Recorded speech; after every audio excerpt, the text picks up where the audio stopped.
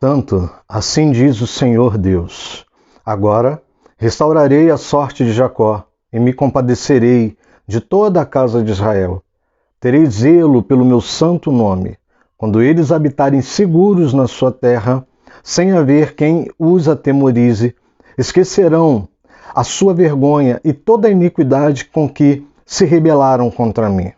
Quando eu tornar a trazê-los do meio dos povos e os houver ajuntado das terras de seus inimigos, revelarei neles a minha santidade diante de muitas nações. Saberão que eu sou o Senhor, seu Deus, quando virem que eu os enviei para o cativeiro entre as nações e os tornei a ajuntar para voltarem à sua terra, e que não deixarei que nenhum deles fique no exílio. Nunca mais esconderei deles o meu rosto, pois derramarei o meu espírito sobre a casa de Israel, diz o Senhor Deus. Ezequiel, capítulo 38 e capítulo 39. Vem, porque não é só promessa não, é uma profecia muito, mas muito interessante.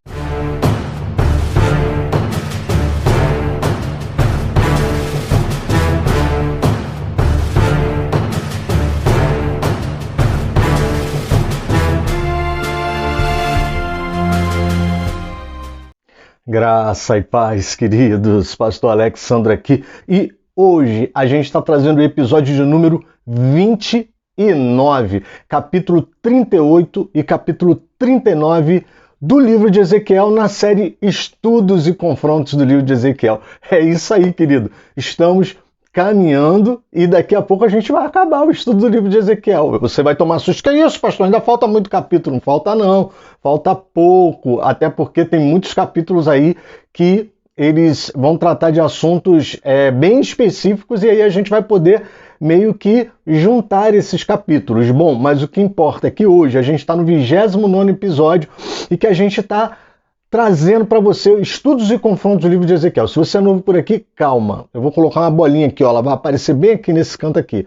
Você clicando nessa bolinha, o YouTube vai te levar lá para o canal do Ministério Caminhos e lá você vai poder assistir todos os 28 episódios que tem antes desse aqui. Tá bom, querido? Então, clica lá na bolinha. Se você quer pegar desde o início, clica aí na bolinha lá do canto e o YouTube vai te levar e você vai poder assistir todos os 29, os 28, com esse aqui 29 episódios. Não deixa de ser 29 porque tem o sonho também, né, amados? Então não deixa de ser 29 episódios, mas são 28, mais esse aqui 29. Amém, queridos? A série de estudos e confrontos do livro de Ezequiel, ela tem esse nome forte, mas é um nome para chamar, né, as pessoas. Na verdade, a série de estudos e confrontos é uma série de estudos onde a gente está lendo sistematicamente o livro de Ezequiel.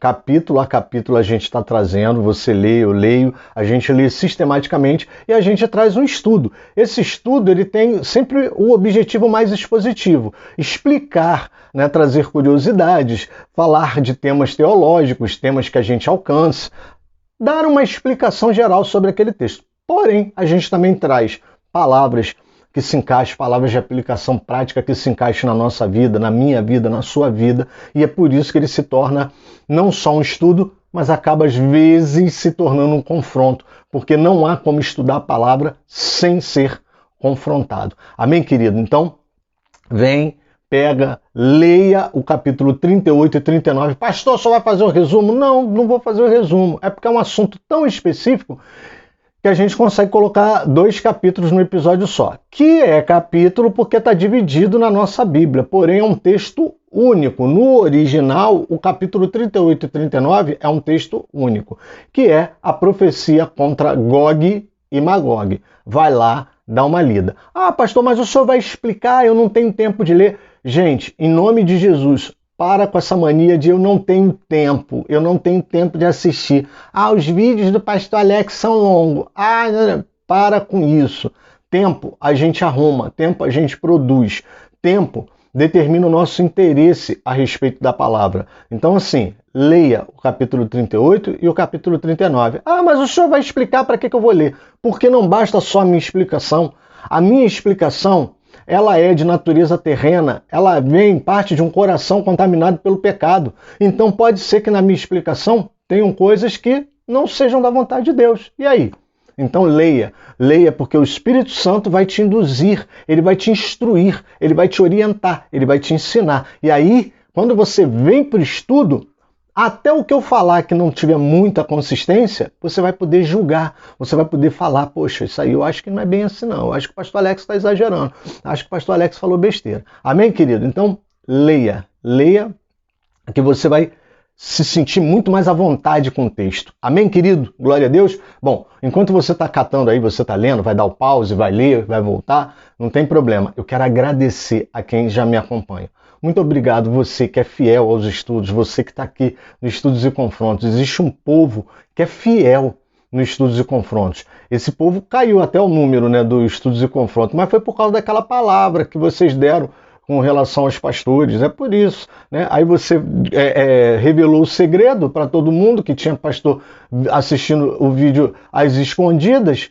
sem se inscrever no canal, sem falar nada, e aí pronto, diminuiu a audiência, diminuiu as visualizações. Mas, ó, avisa a quem estava assistindo escondido que eu não consigo ver quem é que assiste escondido, tá bom?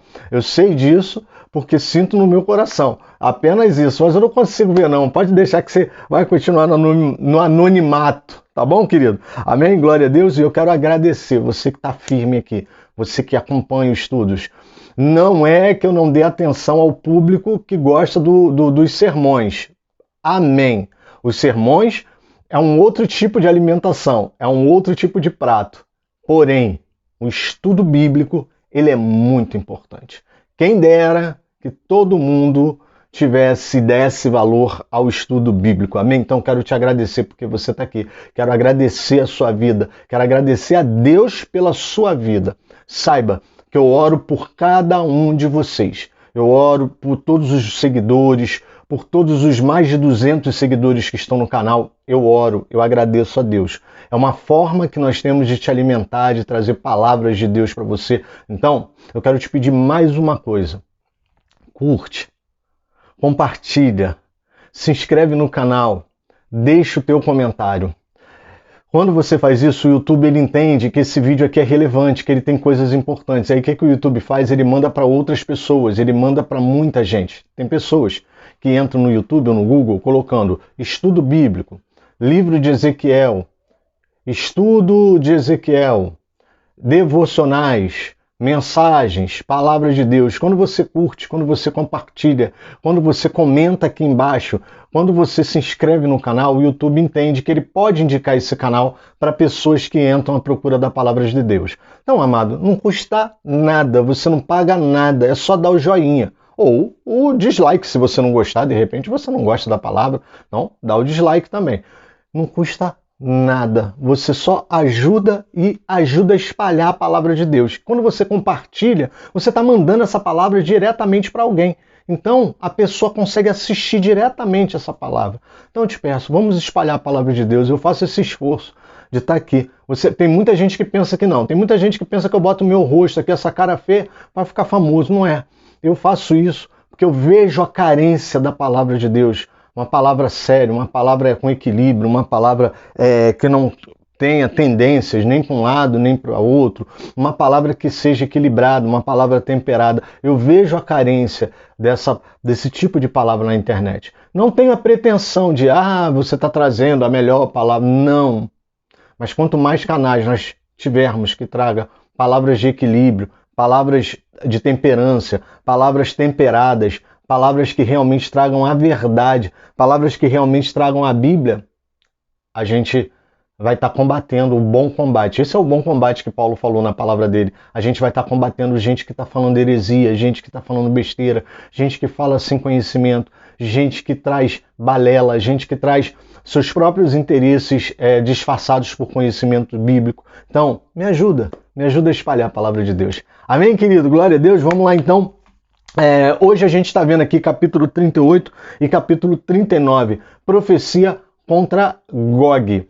Os dois capítulos, eles fazem parte de um texto só. Como eu expliquei para vocês, a Bíblia originalmente não era dividida em capítulos e versículos. Isso veio acontecer agora, século XIII, século XV, é que veio a acontecer essa divisão. Homens inspirados por Deus que resolveram facilitar a minha vida, a sua vida e dividir a Bíblia, primeiramente em capítulos e depois dividiu-se em versículos. Já contei isso aqui na série de Ezequiel. Basta você voltar que você vai encontrar isso. Bom, isso aqui é um texto só, é um compêndio só.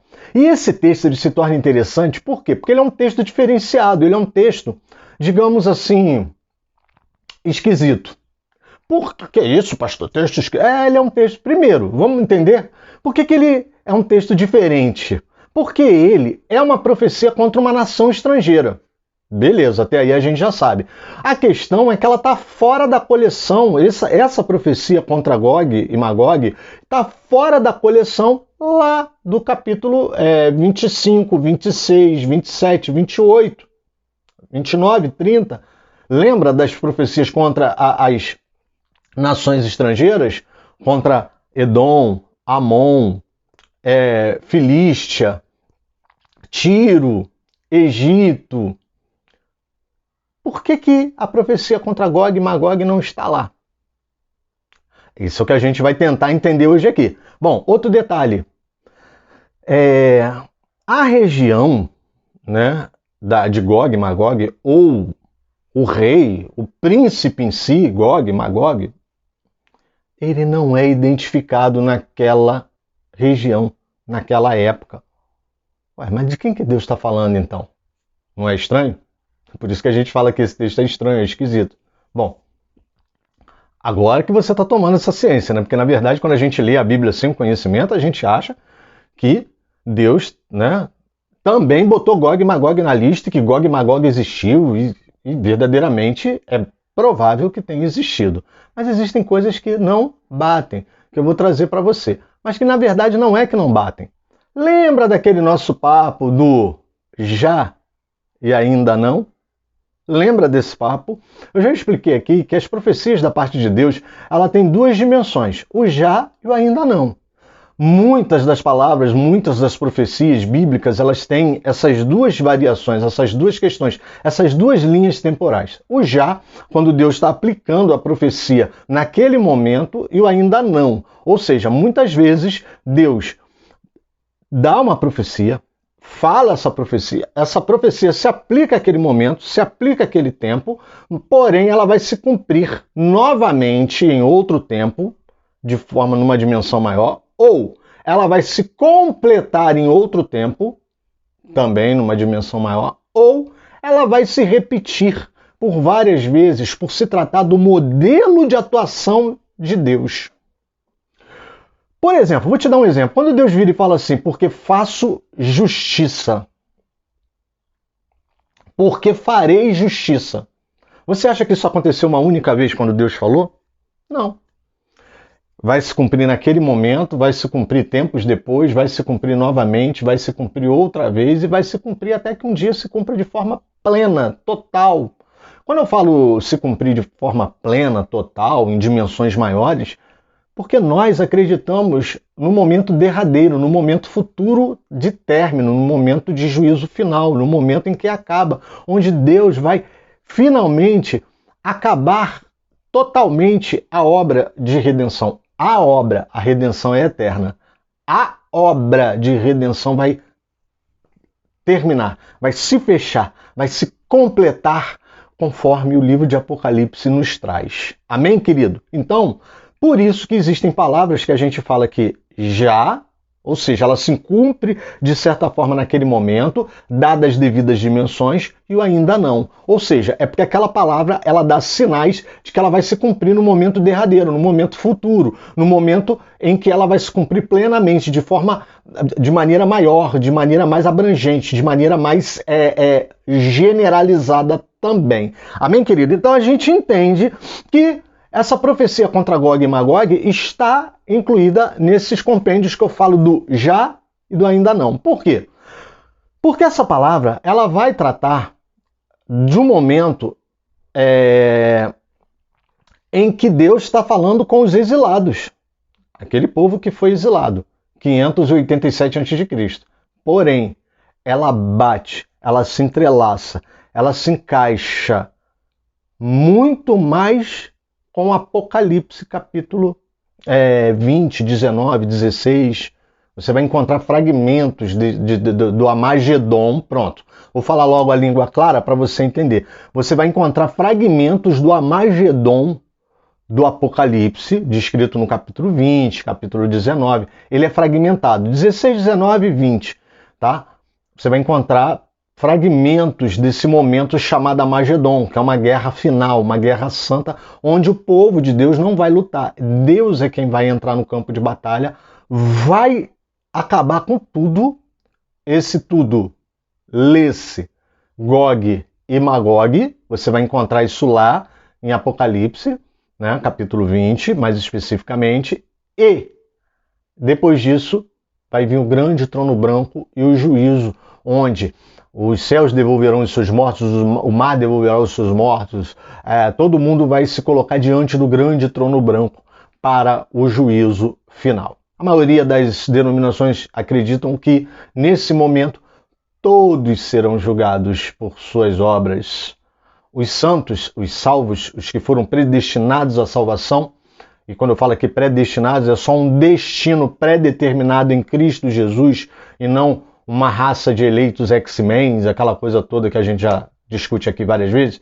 Esses serão julgados pelas suas obras, por uma questão de justiça, o que fizeram de bom ou de ruim, e o que determinará o seu galardão, porque são salvos em Cristo Jesus. E aqueles que escolheram a perdição, que não creram em Cristo Jesus, como fala em João 3,16, que muito embora muita gente fica de chororô, de mimimi, falando que João 3,16 não é um texto, não é para todos, né? Lá está escrito que realmente não é para todos. Aquele que não crê já está condenado. Por quê? Porque ele rejeita o destino que lhe foi preparado, ou seja, foi preparado antes, então é pré-destino. Então ele rejeita isso, então ele não vai querer. E aí esses vão ser julgados pelas suas obras e, se for o caso, que quem sou eu para julgar, serão condenados. Amém, querido?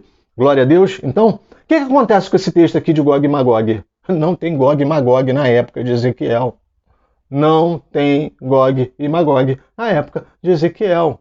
Mas, pastor, de onde que tiraram isso? Então vamos entender, para vocês entenderem legal. Vamos falar desse texto? Bom, ele não é difícil de entender. Eu vou trazer a minha percepção e você fica com a percepção que você achar melhor. Esse texto, gente, ele basicamente é dividido em duas partes, tá? Onde Deus decreta o juízo, basicamente duas partes. Onde ele decreta o juízo e onde ele fala como vai ocorrer o juízo. Mais ou menos assim, 38 ele determina o juízo e 39 ele explica como vai ser. Porém, eu preferi dividir em 4 partes para você entender melhor, tá legal? A primeira parte, Deus decreta o juízo contra Gog e Magog, do 38 de 1 a 13. 38 de 1 a 13. Depois Deus relata como será o embate, como que vai acontecer o embate entre Gog e Israel. Ou seja, como vai ser essa guerra. Guerra, aspas, porque Israel não vai lutar. Tá certo? Tranquilo? 38, de 14 a 23, tá legal? Depois, Deus repete parte do juízo, agora eu já estou no 39, ele repete parte do juízo, como se fosse confirmando, só que acrescenta alguns detalhes, que é no 39, de 1 a 10, tá legal? E por último, para encerrar o estudo, Deus explica as consequências, o sepultamento, como vai ser a morte de Gog e de Magog.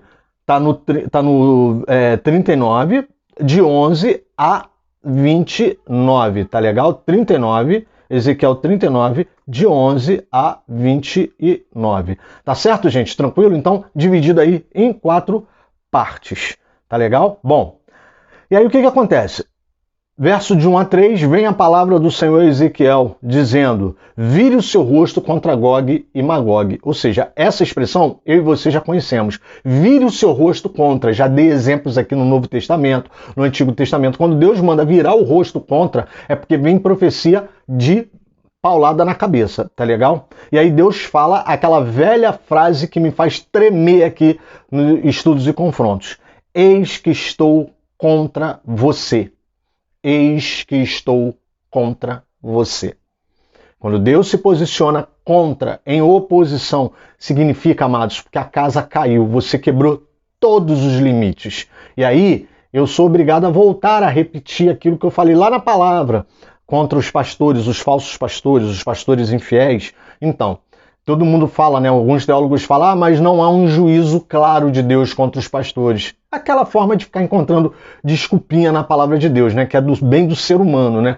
O ser humano, ele tem por natureza viver encontrando desculpinha para se inocentar, para se vitimizar. Deixa eu te falar uma coisa. Enquanto o seu pecado não lhe trouxer nojo, rejeição do que você fez e responsabilidade pela culpa, pelo dolo, pelo que você fez, você não cresceu, você não amadureceu, porque só adultos assumem suas responsabilidades. Amém, querido? Então, enquanto o seu pecado lhe deixar se autotratar como vítima, um autovitimismo, ou, né, amado, não teve arrependimento. O arrependimento ele vai sempre trazer responsabilidade. Eu fiz e eu não quero mais fazer isso. Eu sou errado, eu estou errado. Eu quero que Deus mude isso. É isso. E aí, tem um grupo de teólogos que falam que não tem juízo, claro, lá na palavra dos pastores infiéis. Só que lá na palavra dos pastores infiéis, Deus fala o seguinte: eis que estou contra vocês, pastores. Não é um bom negócio ter Deus contra nós. Bom, ele fala assim, ó, eis que estou contra você, príncipe de Ros, de Meseque e Tubal. Aí você vai falar, pronto, pastor, tá aí a dica. É só procurar o nome desses caras. É só procurar o nome deles. Só que o nome desses caras, Ros, Meseque e Tubal, só apareceram em Gênesis. Você tem ideia de quantos anos antes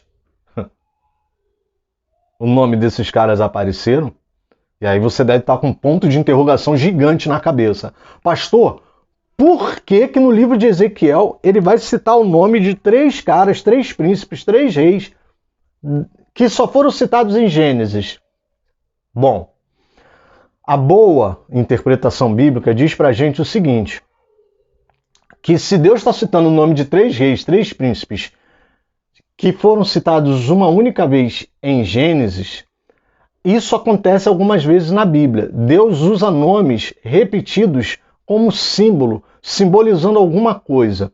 Esses reis citados em Gênesis foram reis que, de alguma forma, se opuseram à vontade de Deus, se opuseram contra o povo de Deus, guerrearam contra o povo de Deus. Então, eu entendo, e alguns teólogos entendem, que essa repetição fora da linha temporal, ou seja, muitos anos depois, amado, muitos anos mesmo, não dá nem para eu calcular aqui para você, porque há divergências teológicas.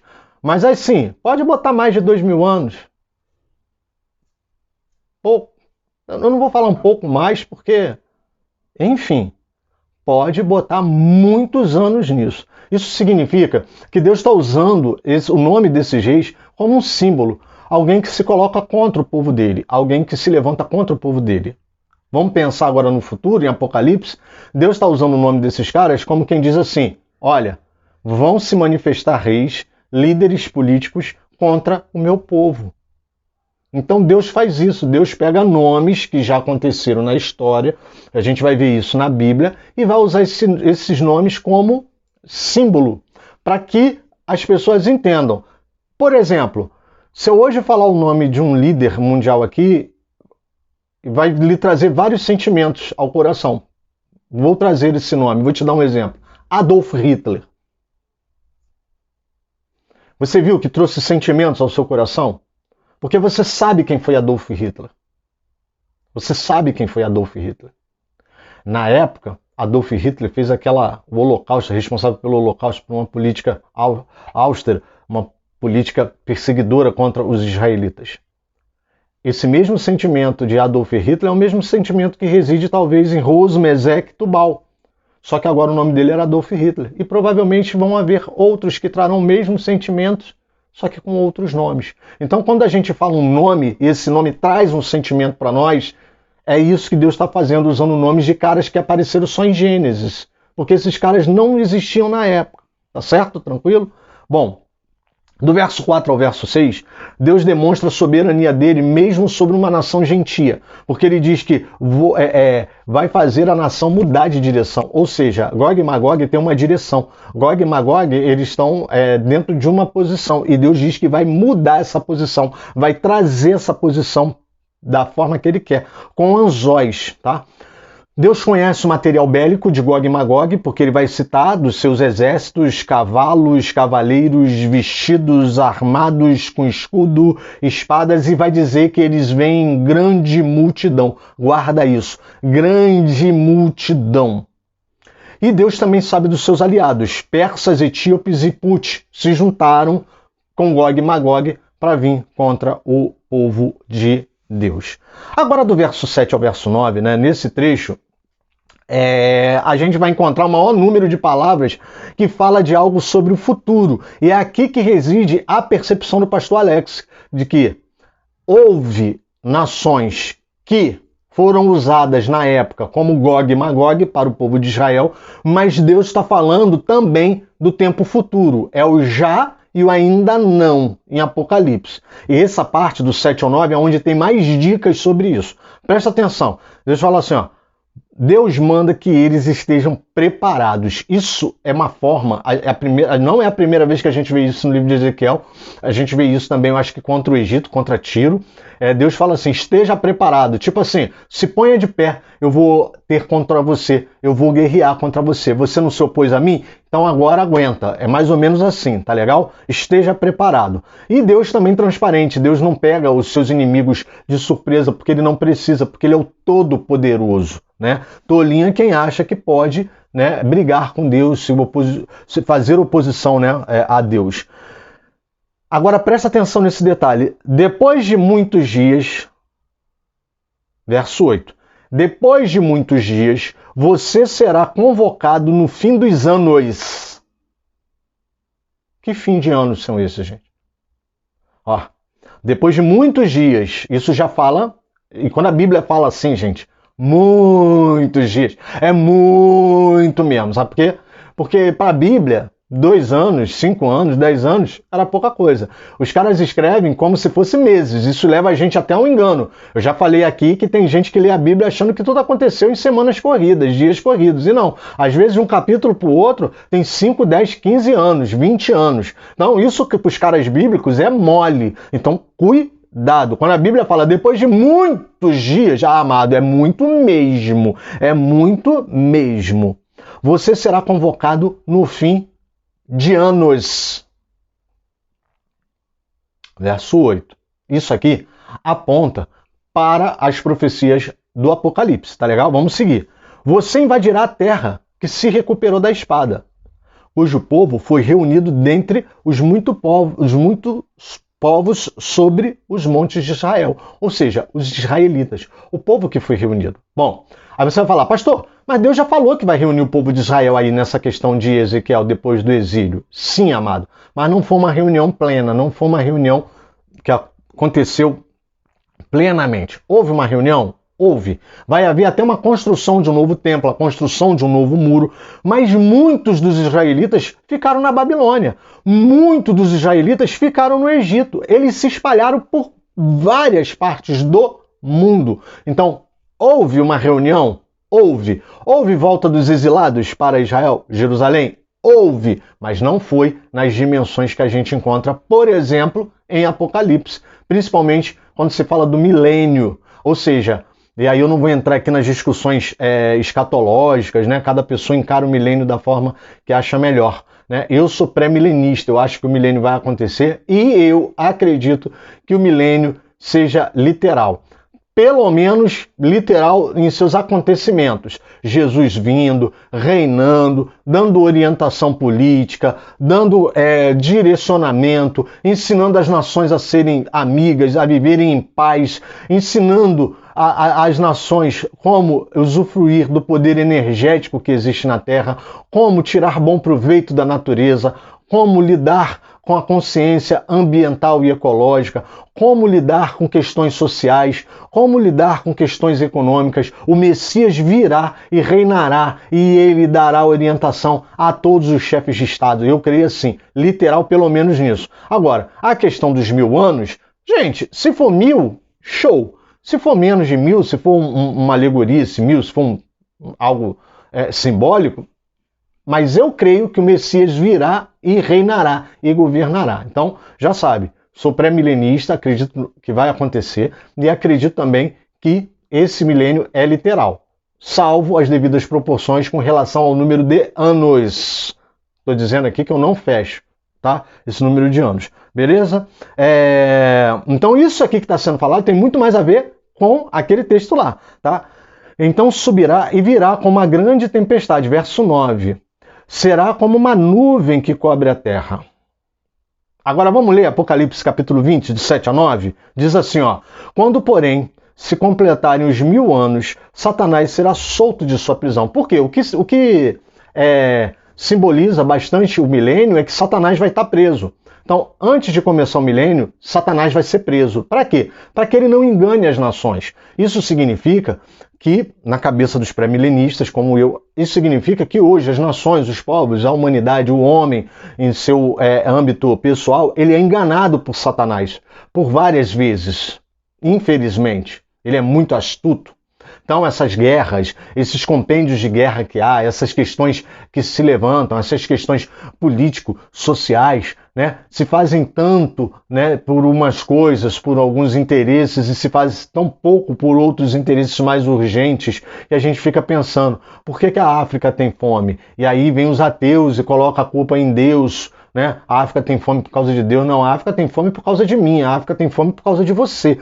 A África passa fome por causa de nós. Hoje a consciência ambiental de destruição, de degradação da natureza, ela existe não é por causa de Deus, é por causa da ausência do bem. O mal que nós maquinamos, herdado lá de Gênesis capítulo 3. Bom, nós é quem, por interesse próprio, patrocinamos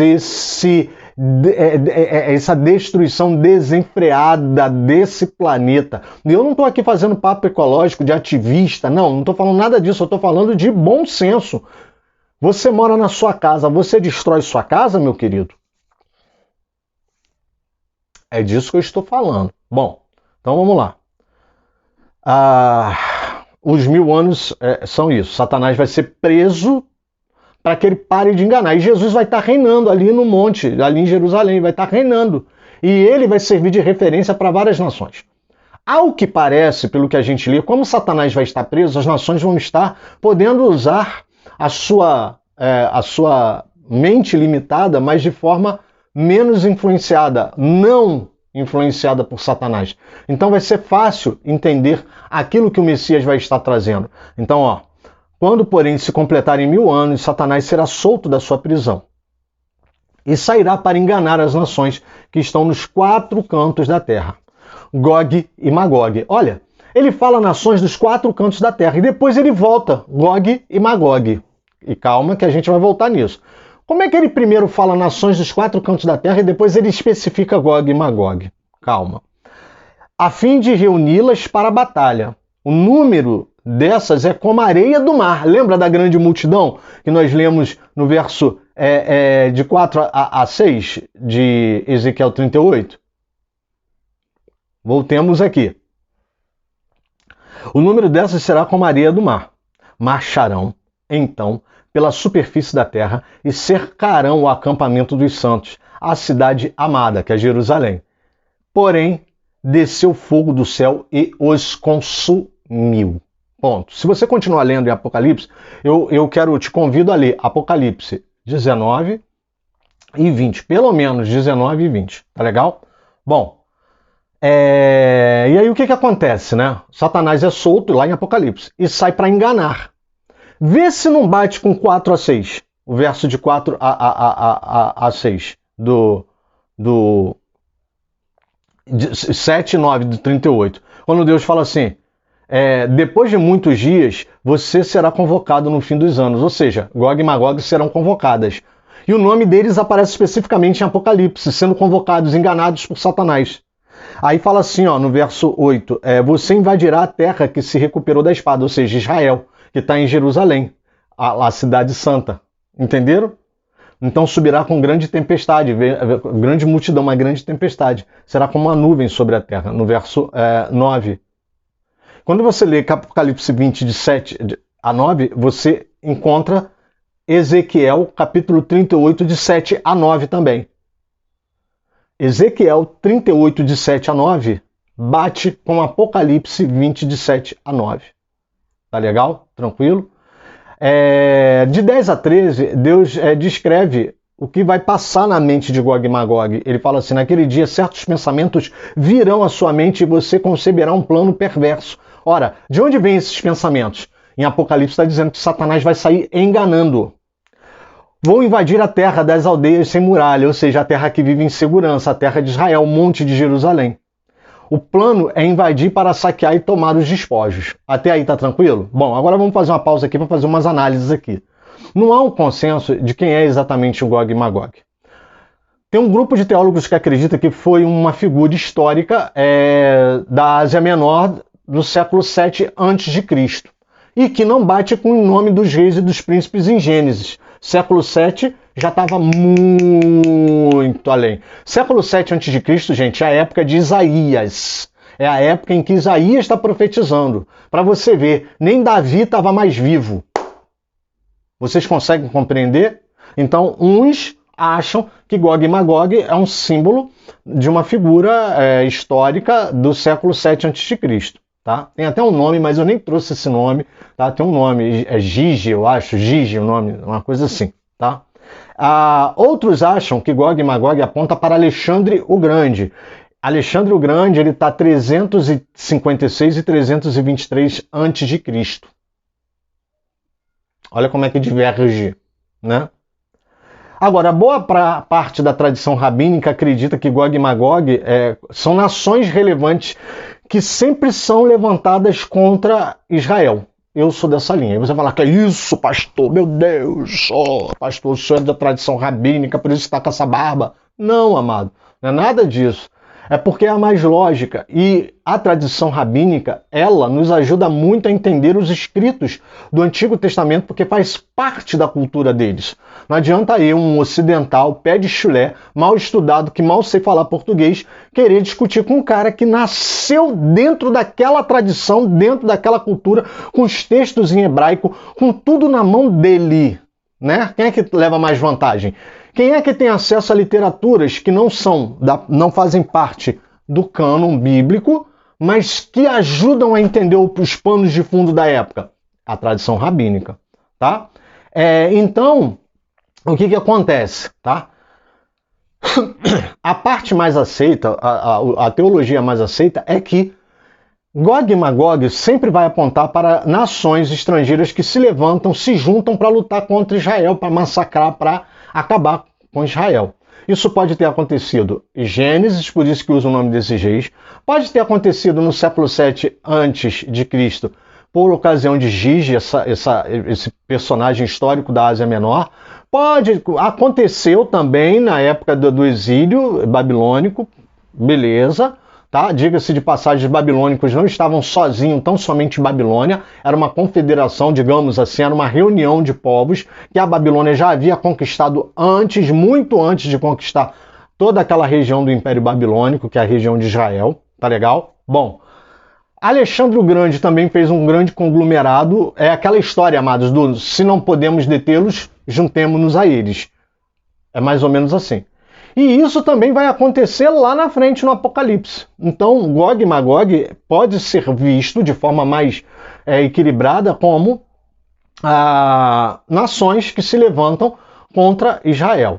Só que as dicas que Deus está dando nesse texto, elas batem muito com o Apocalipse. Bate muito com o fim do milênio. Então a gente precisa prestar atenção nisso. Tá legal? Tranquilo? Bom, do verso 14 ao verso 23, Deus vai explicar como vai ser a invasão. Quando o meu povo estiver em segurança, ou seja, estiver reunido, estiver voltado do exílio, e isso para a época de Ezequiel ou para a época do Apocalipse milênio, né? você virá do norte. Inclusive, isso aqui é um detalhe, tá? Muitos estudiosos acreditam que Gog e Magog eram terras que estavam na antiga Rússia. E a Rússia fica no extremo norte de Israel. Mas também tem estudiosos que já falam da China. Só que a China está mais para esse lado de cá, ó, para leste. Tá legal? Tranquilo? Então, como diz que Satanás vai sair rodeando os 4 cantos da terra, ou seja, sair enganando as nações dos 4 cantos, pode ser que é aí que a China entre, porque a China está colada nesse extremo norte. Só que a China está mais para o leste. Tá? Não vai dar para mostrar o mapa mundi aqui para você, mas se você abrir um mapa mundi, você vai ver que está aqui, ó. Finge que Israel aqui sou eu. A Rússia está aqui, ó, no extremo norte.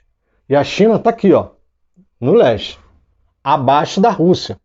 Então, por essas e outras é que realmente se fala esse tipo de coisa, tá legal?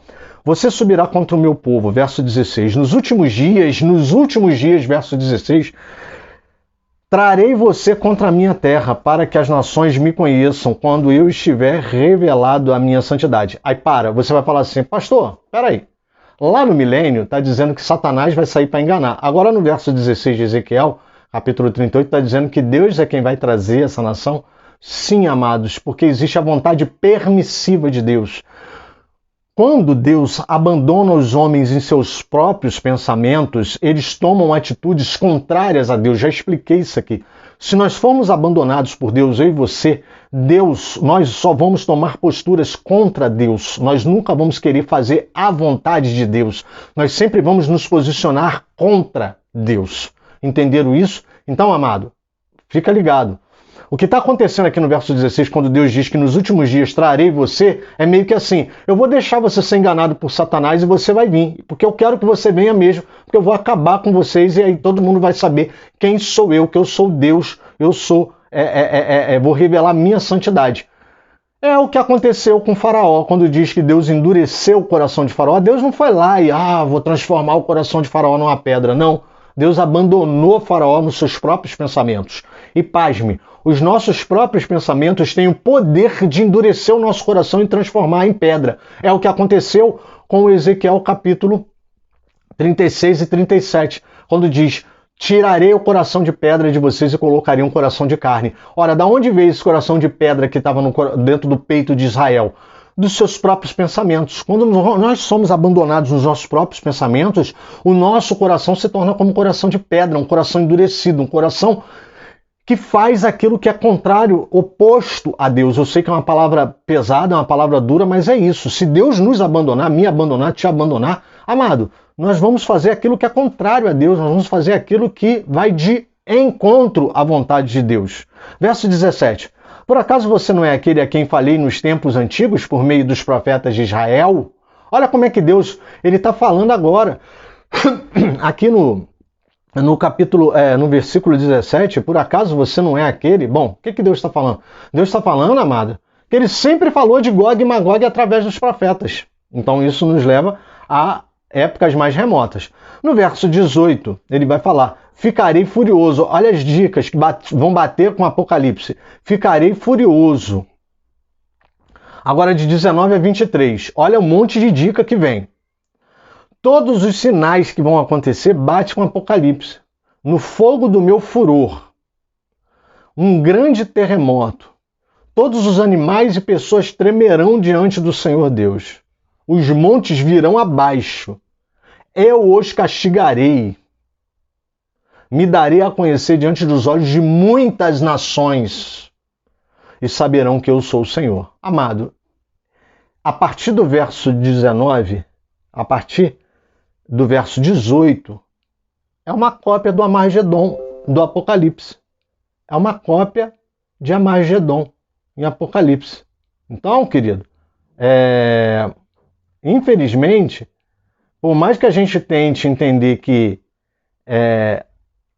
Ezequiel 38 e 39 foram só eventos que aconteceram naquela época, as dicas falando do já, mas as dicas falando do ainda não, do tempo futuro que ainda vai acontecer em Apocalipse, são muito maiores, tá certo? Bom, 39. 39, gente, de 1 a 10 é uma parte, é quando Deus fala, é a terceira parte, quando ele fala do juízo, como vai se dar a queda de Gog e Magog. Então, de 1 a 3 é uma breve repetição do 38, tá? Ele fala que está contra, que vai mudar a direção, tudo que eu já falei. Mas olha coisas interessantes, detalhes interessantes que tem nessa primeira parte, nessa terceira parte, né? Primeira parte do 39. No verso 4 ele diz: nos montes de Israel você cairá. Ou seja, Gog e Magog vai cair lá no monte, lá em Jerusalém, lá no monte, quando eles se reunirem para se juntar, para atacar Jerusalém, para atacar Israel, é lá que eles vão cair, tá? Porém, fogo em Magog e aliados. Deus fala no verso 6. Eis que vem e se cumprirá. Este é o dia que tenho falado. Que dia é esse? É aquele grande e terrível dia do Senhor.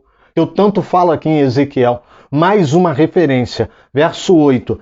Eis que vem e se cumprirá. Eis que vem e se cumprirá. Futuro. Este é o dia que tenho falado. Ou seja, aquele grande e terrível dia. Verso 9. Durante 7 anos, todo despojo servirá como combustível para fazer fogo. A matança do Armagedon vai ser tão grande que durante 7 anos o povo vai ter como queimar as armas, os escudos, as espadas, tudo, as armaduras, e isso servirá como combustível, tá certo? Bom, na segunda parte última, que começa no verso 11 do 39, vai tratar do sepultamento de Gog e Magog. Deus sepultará Gog lá em Israel. Tá claro lá, se você ler lá você vai ver. Só que tem uma questão curiosa. Tamanha é a matança. E aí, por que eu estou falando para você que isso tem a ver com Apocalipse? Porque nós não vimos essa matança nessa dimensão nos dias do exílio, ou pós-exílio babilônico. Verso 12, o sepultamento levará 7 meses.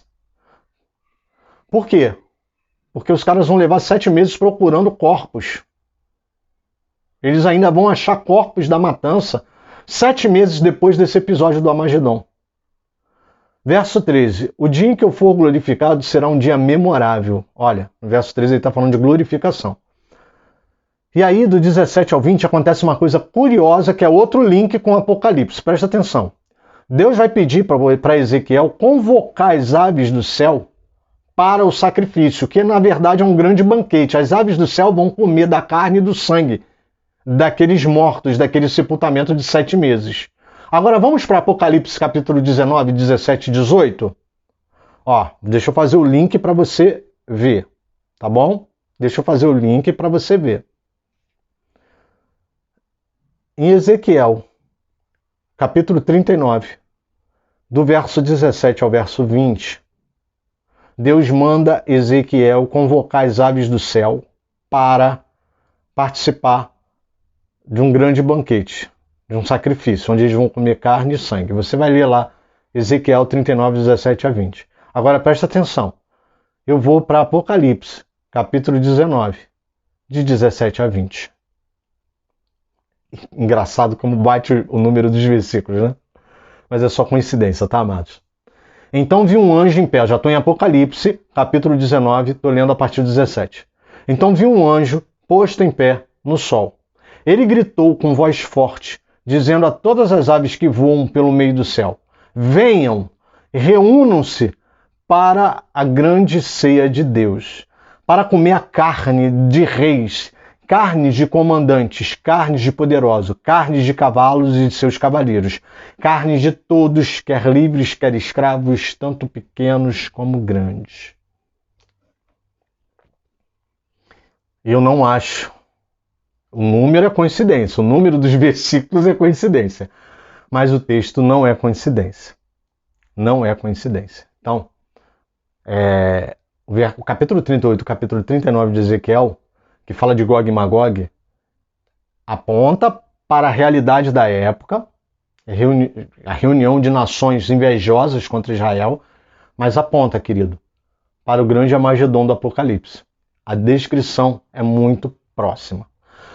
Bom, e para finalizar, do 21 ao 29 foi a palavra que eu li na introdução aqui, é mais uma promessa ratificando que Deus vai estar com o povo dele, e aqui especificamente é uma palavra dirigida para Israel. Muito embora Deus tenha falado aí nos episódios passados, 36, 37, que a restauração vai se estender, a palavra vai se estender para nós, né, todas as nações da terra, Deus faz questão de falar diretamente com Israel. Né, uma palavra direcionada, né, para Israel, mas que é linda. E eu quero só ressaltar alguns trechos antes da gente acabar. Manifestaria a minha glória. Isso também aponta para o futuro. Nações verão o meu juízo. Quando fala de nações, está falando de uma totalidade. Todo olho verá, toda língua confessará. Desse dia em diante, Israel saberá que eu sou o Senhor. Ora, será que depois do exílio, que foi tão traumático, foi tão marcante, e a gente sabe que o exílio trouxe marcas profundas no povo de Israel, será que esse deste dia em diante não serviria só para lá? Não, está se estendendo ao futuro. E aí a gente vai dar de cara com o Apocalipse. Então, deste dia em diante, saberá que eu sou o Senhor. Nunca mais esconderei o meu rosto deles. O nunca mais significa que não haverá separação, não haverá divisão. E isso aponta para o futuro. Isso aponta para Apocalipse. Isso aponta para o final, quando nós habitaremos com Ele eternamente. Amém, querido? Não me abandona não. Ora por mim e vem, fica aqui comigo, tá bom, querido? Fica aqui comigo que a gente vai trazer muita coisa boa e vai vir coisa muito show aí em Ezequiel nos próximos episódios. Amém? Fica com Jesus, querido.